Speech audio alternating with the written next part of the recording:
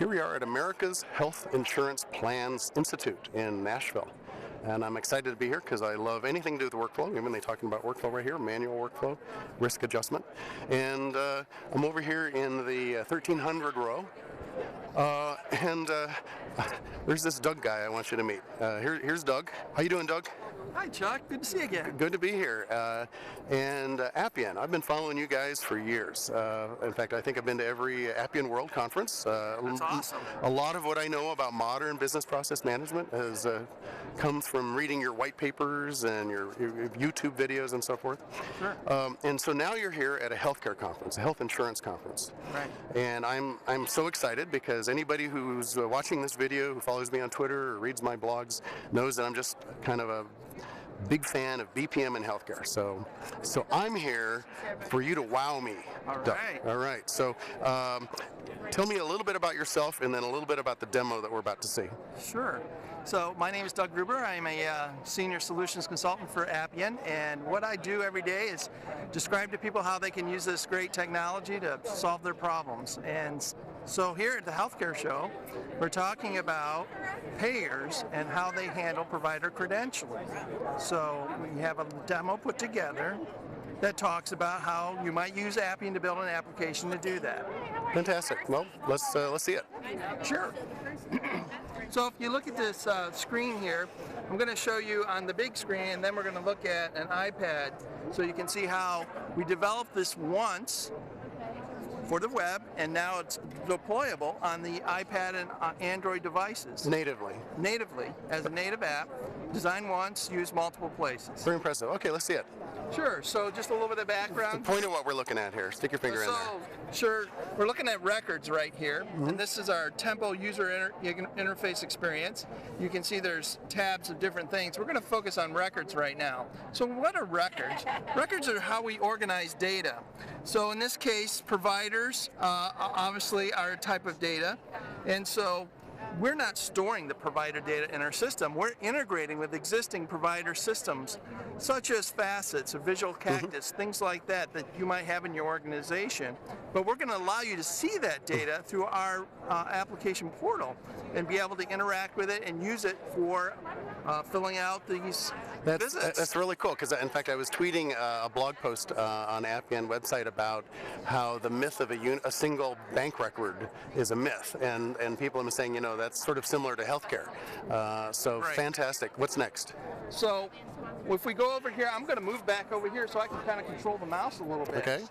So if we click on providers, for example, it's going to give us a list of those providers. You see them there on the screen, right? Yeah, I see them. So if we pick one of them, all this data that you see here is being pulled from the systems of record. So you can have information about the provider, pictures, maps, whatever about that provider. You can see previously what their credentialing might have been, their performance year to date on delivering services to the members, and any professional affiliations they might have. So these list of items here are completely configurable, again, without being a developer or programmer. Without being a developer or programmer. That's right. So our rapid application design platform allows you to combine process and data in ways that you don't need to write millions of lines of Java code or .NET code or whatever. It's click, drag, and drop. I'm sure anybody who reads anything that I write knows I'm a big fan of that sort of low-code development. Are you going to show us a little more application here, or are you going to show us maybe the editor? I'd love to see the workflow diagram. Sure. Process model, is that what you guys call it? Right. Well, let's finish up here in the form section. So if I wanted to schedule, for example, a visit to the provider to determine if they're a good fit for our network here, you can see it comes up with a map of the different areas that we do business in, and then being able to select a specific provider. We have these search capabilities here where you can select by a provider ID, provider types, zip codes, all that kind of stuff, and it will perform a search against your systems of record to go find that information. So that's just an example of how our rapid delivery forms make it easy to search, navigate, and throughout, again, with no code. With no code. Okay, Right. so here's the match right here. Right, so you'll notice that maybe you can't tell, but this is colored. Yeah. So I can actually click on that, and that would hot link me over to the provider record as well. Right. So from one screen, I can get all the data information without jumping all around and looking for things. This is very important when you're trying to do your job from an efficiency standpoint. Now down here we have a tablet. Right. So the same user experience you have right here, I can actually go to my Actions tab here and select Schedule Provider Visit, which is what we just did. And notice, it's the same thing. I didn't rewrite this form. Okay, so scroll this. I'm gonna hold this for a second. Scroll that up so we can see the map again. And then I can get ONC. Okay, I see it. Okay, so what you're saying is that how did you make this the same across both the tablet and the web browser? So using our interface designer, I designed this form once, and it knew that I wanted to have it available in any mobile device or any other platform. And by doing that, you'll notice that I have a native app. So if I look at the scroll down here, this looks like a drop-down HTML selection. But here, since I'm on an iPad, it takes on the characteristics of exactly an iOS device. Very, very cool. Very cool. And that's what we're talking about when we're talking about a native application. Right, right. Well, very good. On the characteristics. So how do we build something like that? So how do we build something like that? That's what you're going to show us next. Right. So if we go here to our new application designer, you can see here we have different categories of objects that you might have in an application. Whether I have user experiences or interfaces here, I have process models, and things like a rule. What is a rule? Well, you might have business rules that you want to enforce in your application. Again, we create the rule once and we use it multiple places. We allow you to version that, keep track of where it's being used, and so I know when I make a change what the impact's going to be without worrying about breaking something. So let's take a look at, say, the process model, for example. The process model. I love process models. I'm glad you stopped by. I'm happy. I'm glad I came back in time.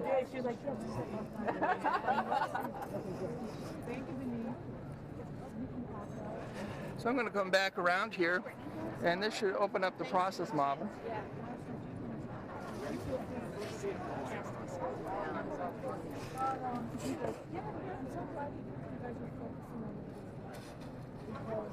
And so it's a drag and drop. What you see is what you get process model. Now, if you're familiar with modeling processes, things like BPMN, if that's a term you know what it means, we are one of the only vendors that adhere to that standard. Yep. And so what does that mean? Like things like swim lanes and point at each of these and explain what each of these are in terms of the domain, the membership management domain. So each of these is what we call a node that you lay down on the process map, okay? So if you click on one of those nodes, it comes up again with a configuration of that node. Okay, why is that important? It's important because we're not writing code. We're going in and we're configuring, answering questions, supplying information and answers to those questions, and it's creating the code. Take us back to the process model again. Sure. Okay, now come around over here. Now I just want you to I want to start right there, and then I want to kind of proceed through here. What am I looking at right there? Okay, so this is the start of the process right here. It's called a start node.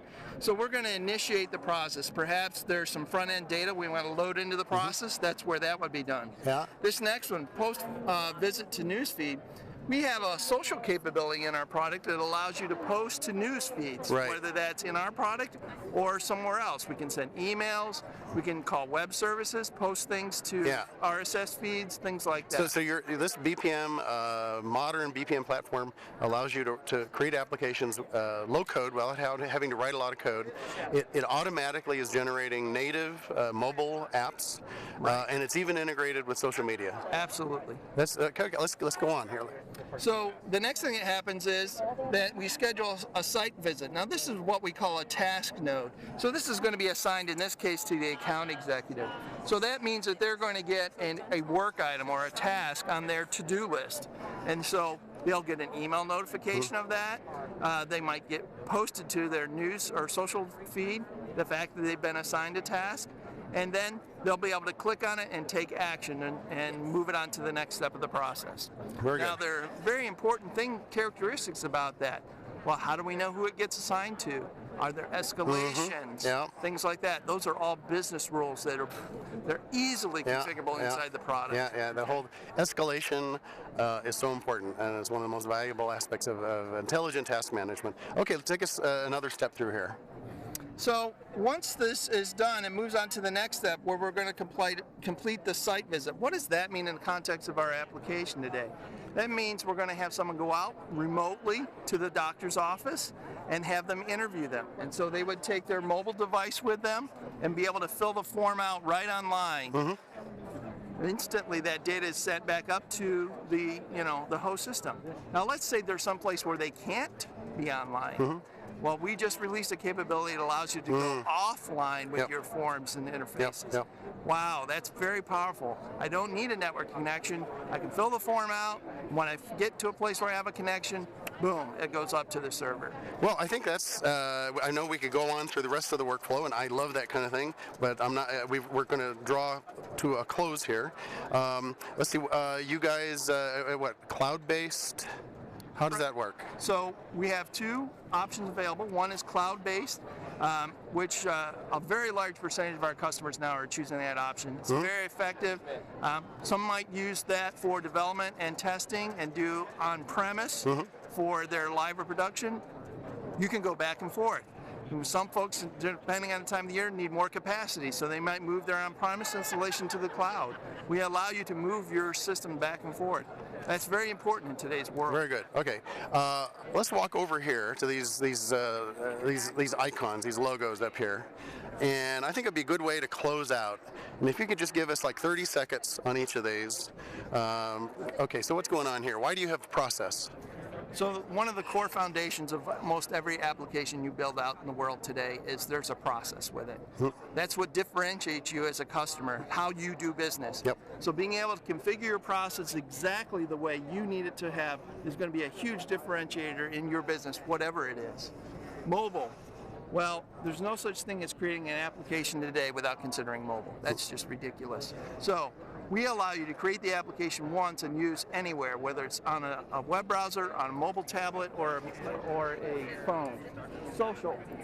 On the social side of things, that's where we live today. Facebook, LinkedIn, Twitter. We all want to be notified in that type of manner. And now you can do it with your applications that you interact with every day. You can get news feeds about the items you care about, that you subscribe to. Data. Well, process without data is useless. So being able to get at data that wherever it lives without moving it someplace else, we can penetrate using web services and bring that data back so that you can see it in one place without swivel chairing around looking for it. And then, of course, where you're going to deploy. Cloud or on-premise, your choice. Once you make a choice, you're not stuck with a choice. You can go back and say, I want to take it to the cloud, to on-site. Okay, well, that's really cool. I've been hearing this word application platform. What's an application platform? An application platform is a platform where you're able to design your business application rapidly, easy to change, powerfully, and in the environment that you want, whether that's cloud or on-premise. That's fantastic. Now let's move over here so people know there's two P's in Appian here. There's the logo. Now Appian obviously is on the web, and its URL is Appian.com. Obviously. Very simple. And there's a connection to the Appian Way, which is kind of a famous. We're not going to go. It's very interesting. I'm a historian, amateur guy, so I love that stuff. And how about on Twitter? Yeah, so at HPPIAN is our Twitter handle. Fantastic. And have an incredible rest of the conference. And Doug, do I have your permission to upload this video to YouTube and to tweet it out on the conference hashtag? Absolutely. Thank you very much, Doug. Thanks. Good to see you again, Chuck.